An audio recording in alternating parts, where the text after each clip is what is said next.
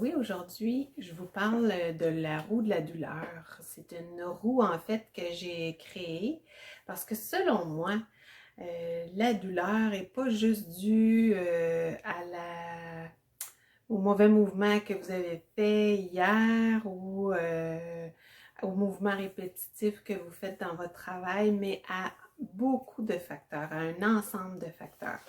Alors, cette roue de la douleur que j'ai créée, en fait, elle tient de plusieurs facteurs qui ne sont pas nécessairement dans un ordre, mais que vous pouvez prendre chacune des sphères et graduer évaluer selon vous sur une échelle de 1 à 10 quelle est l'intensité de cet élément-là? Qu'est-ce qui est à travailler selon vous, pour vous, selon votre ressenti de la douleur, selon l'amélioration pour chacune des sphères que vous avez à faire pour vous personnellement. Alors, si on commence avec la première sphère qui est la posture. La posture, écoutez, vous êtes plus que 8 heures, au moins 8 heures dans votre posture de travail, que ce soit répétitif, que ce soit en position assise prolongée, debout prolongée, attentif. C'est vraiment important, primordial que votre posture soit ajustée, soit adaptée à faire ce que vous faites comme travail. Changer la position, améliorer votre position, vous positionner autrement de façon à diminuer la douleur, s'il y a douleur présentement pour vous, ou éviter d'avoir de la douleur. La deuxième sphère, c'est au niveau des activités physiques. Alors, c'est certain que même avec la douleur, il est important de demeurer dans le mouvement, de ne pas vous ankyloser en demeurant assis, pas vouloir rien faire comme activité parce que là, c'est là que les problèmes s'additionnent. On implique plus de groupes musculaires dans la sédentarité et ça, c'est vraiment pas gagnant. Alors, c'est de rester mobile dans le pourcentage que vous pouvez faire vos activités sans qu'il y ait de douleur, mais avec un échange au niveau des liquides, au niveau nourrir les muscles au niveau d'oxygène. Ça, c'est bien important. Puis ça va aussi aider à ce que tout circule mieux, même si vous êtes en douleur pour le moment. Ensuite, une autre sphère, c'est le sommeil. Donc, le sommeil, est-ce qu'il est réparateur pour vous? Est-ce qu'il est ponctué de réveils fréquents? Est-ce que vous dormez peu d'heures? Est-ce que vous vous réveillez avec une fatigue, même si vous dormez beaucoup d'heures? Qu'est-ce que vous pouvez changer dans vos habitudes de sommeil? Est-ce que ce serait, par exemple, de vous coucher un peu plus tôt? Est-ce que ce serait de toujours vous relever à la même heure le matin pour avoir une séquence, un rythme régulier dans votre sommeil? Ça va amener une bonne récupération au niveau de la douleur.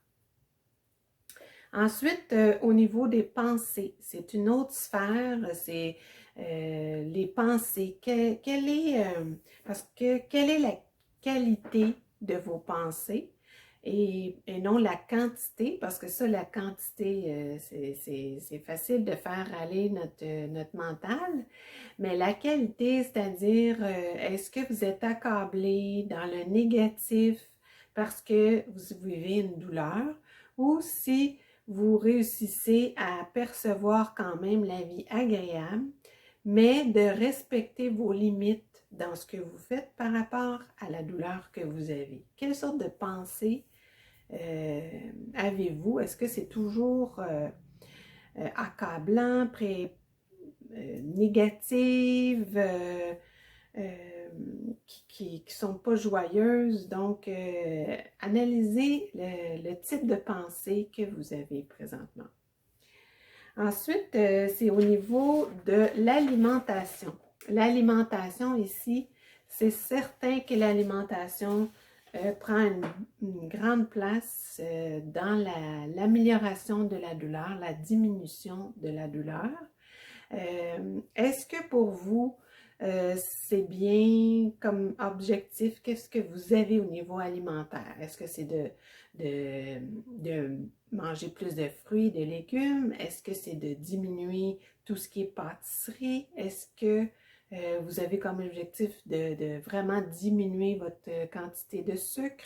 Est-ce que vous mangez salé, vous voulez manger avec moins d'aliments qui sont salés, moins ajouter de sel à votre assiette? Faites des choses que ils vous apportent du bienfait à vous, que vous trouvez que c'est bon pour vous. Pas nécessairement dans l'obligation, mais dans votre choix de faire des changements meilleurs pour votre alimentation. Une autre sphère, c'est la respiration. Ça, c'est vraiment un impact sur la douleur parce qu'en douleur, on va être porté à respirer moins, avec moins d'amplitude, de façon plus saccadée. Alors, ça empêche une bonne circulation lymphatique, sanguine, au niveau des cellules, au niveau des muscles.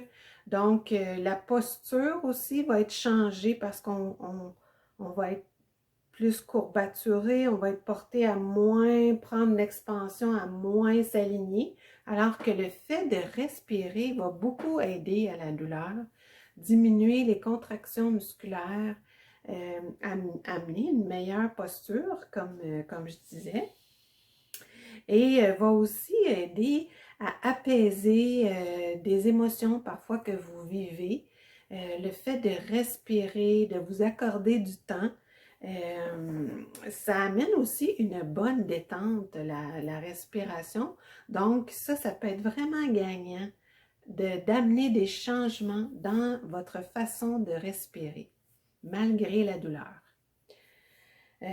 Ensuite, il reste deux éléments, c'est au niveau du stress. Donc, quel est votre niveau de stress? Quel est votre niveau de stress à la maison? Quel est votre niveau de stress au travail? Quelles sont vos pistes? Qu'est-ce qui vous apaise? Qu'est-ce qui vous détend? C'est vraiment de retrouver des moments dans la journée pour vous, pour pratiquer des techniques ou aller marcher, respirer, faire un peu de yoga, juste écouter de la musique. Qu'est-ce qui est bon pour vous pour diminuer votre niveau de stress, votre niveau d'anxiété qui est là présentement avec la présence de douleur. Et le dernier, j'ai inscrit la génétique parce que oui, la génétique peut occasionner des douleurs dans les générations qui suivent. Mais je crois fermement que si on pose des actions pour nous, c'est possible d'aller contrer ces effets de la génétique, apaiser, peut-être pas se rendre à un niveau élevé de douleur, mais de faire des actions pour, même si le terreau génétique est présent, pour apaiser cette intensité de douleur. Alors, je crois que c'est vraiment un ensemble de facteurs qui peuvent autant influencer la douleur, l'augmenter, que si on agit sur chacun de ces facteurs-là de la roue de la douleur, vous pouvez diminuer, même la voir complètement disparaître en faisant des actions qui sont bonnes pour vous dans ces différentes sphères qui influencent la douleur. Alors, il me fera plaisir de vous accompagner si vous traversez une période dans la douleur pour le moment et que vous aimeriez en faire davantage pour vous aider. Alors, je vous souhaite une bonne prise de conscience et au plaisir de vous rencontrer.